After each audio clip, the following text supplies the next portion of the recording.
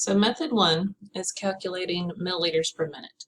Literally, how many milliliters do you have to push into your patient every minute? Okay, so we go ahead and prepare the drug dose that's ordered. Okay, figure out what is your milliliter per dose.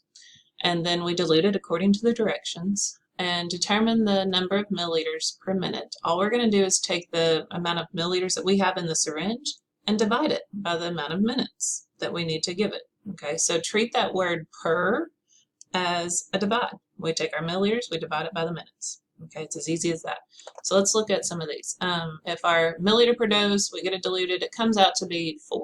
Okay, we have 4 milliliters in the syringe, and it needs to be given in 4 minutes. Well, we take our milliliters, we divide it by our minutes. That's 4 milliliters in 4 minutes. That turns out to be 1 milliliter per minute, right? So as we're giving that medication and we're watching that syringe, as we push down a milliliter, it needs to take a minute on that clock. Okay. If we look at another example, let's say our 4 milliliters needs to be given over 2 minutes. Okay, so this one's going to go a little quicker. We're going to take our milliliter per minute as desired answer, 4 milliliters divided by 2 minutes, and you can see that they canceled their fractions out a little bit and tried to reduce the fractions within the problem. You don't have to. Just do 4 divided by 2 on your calculator. Come up with 2. So 2 milliliters per minute. Okay. So as you're pushing this medication, it needs to take the entire minute to get through whatever amount that we've calculated here. Okay.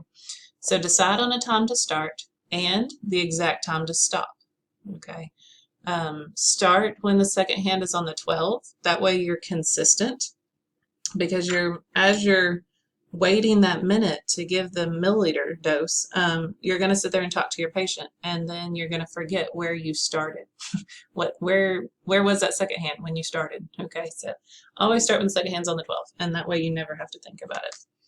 Now, it is important that you inject slowly and steadily. Okay, so don't slam in 2 milliliters in the first 10 seconds and then nothing the other 50 seconds. Okay, you need to slow down that 2 milliliters and just push through that 2 milliliters really slowly.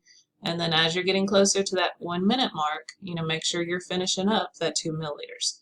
But just slowly and steadily. Don't push all 2 milliliters the first 5 seconds. Okay.